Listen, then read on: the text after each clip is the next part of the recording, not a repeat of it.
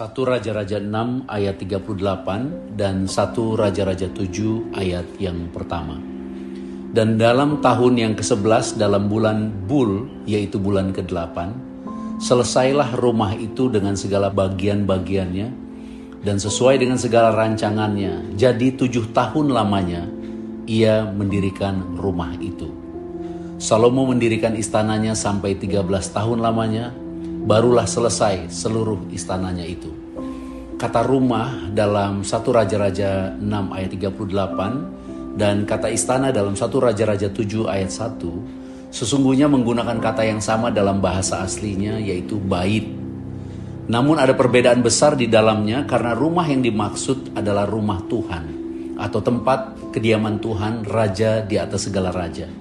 Sedangkan istana yang dimaksud adalah rumah kediaman Raja Salomo, Raja Israel, yang kemudian jatuh ke dalam penyembahan berhala. Rumah Tuhan diselesaikan dalam waktu 7 tahun. Angka 7 merupakan angka Tuhan yang menunjukkan kesempurnaan dan menunjukkan sabat bagi Tuhan, di mana manusia harus rest atau beristirahat untuk menyembah Tuhan. Sesungguhnya firman Tuhan menyebut angka ini bukan sekedar waktu pembangunan saja, tetapi untuk menyatakan bahwa Tuhanlah yang dapat membangun rumah bagi dirinya sendiri. Dan kita orang percaya adalah tubuhnya. Hanya Tuhan sendiri oleh kuasa Roh Kudusnya yang dapat menjadikan kita menjadi bait sucinya, rumah doanya. Kita harus percaya, harus rest, harus berserah sepenuhnya kepada Tuhan dan mempercayakan hidup kita kepada seluruh kehendak Tuhan Bapa kita. Sedangkan istana Salomo atau Raja Salomo dibangun selama 13 tahun. 13 tahun adalah usia Ismail ketika ia disunat.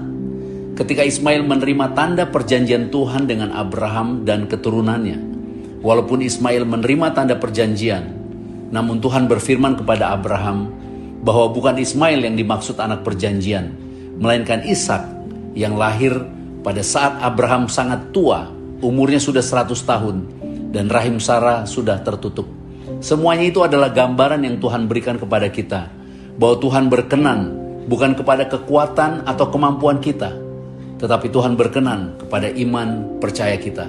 Itulah sebabnya dikatakan tentang Abraham, bahwa imannya tidak menjadi lemah, walaupun ia mengetahui bahwa tubuhnya sudah sangat lemah.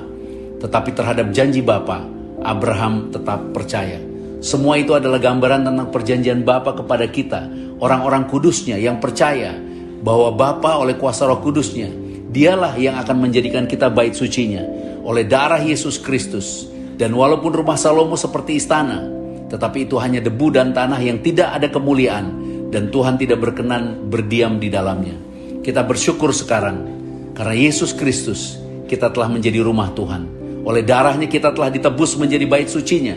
Bapa berkehendak kita hidup karena percaya kepada janji, seperti Abraham percaya kepada janji Bapa. Itulah sebabnya kita disebut anak-anak Abraham. Apakah yang menjadi kesusahan dan tantangan hidup kita saat ini? Bapa akan menolong kita untuk melaluinya dengan kemenangan oleh kuasa Roh Kudusnya yang berdiam di dalam kita. Dan kita hidup bukan lagi untuk kepentingan diri kita sendiri di dunia ini, tetapi kita hidup adalah persembahan yang dipersembahkan menjadi korban bagi kemuliaan Bapa, karena kita percaya kepadanya. Diberkatilah kita semua dalam kasih-Nya yang besar, karena Bapa sangat mengasihi kita dan pasti memberkati kita. Di dalam Yesus Kristus. Shalom.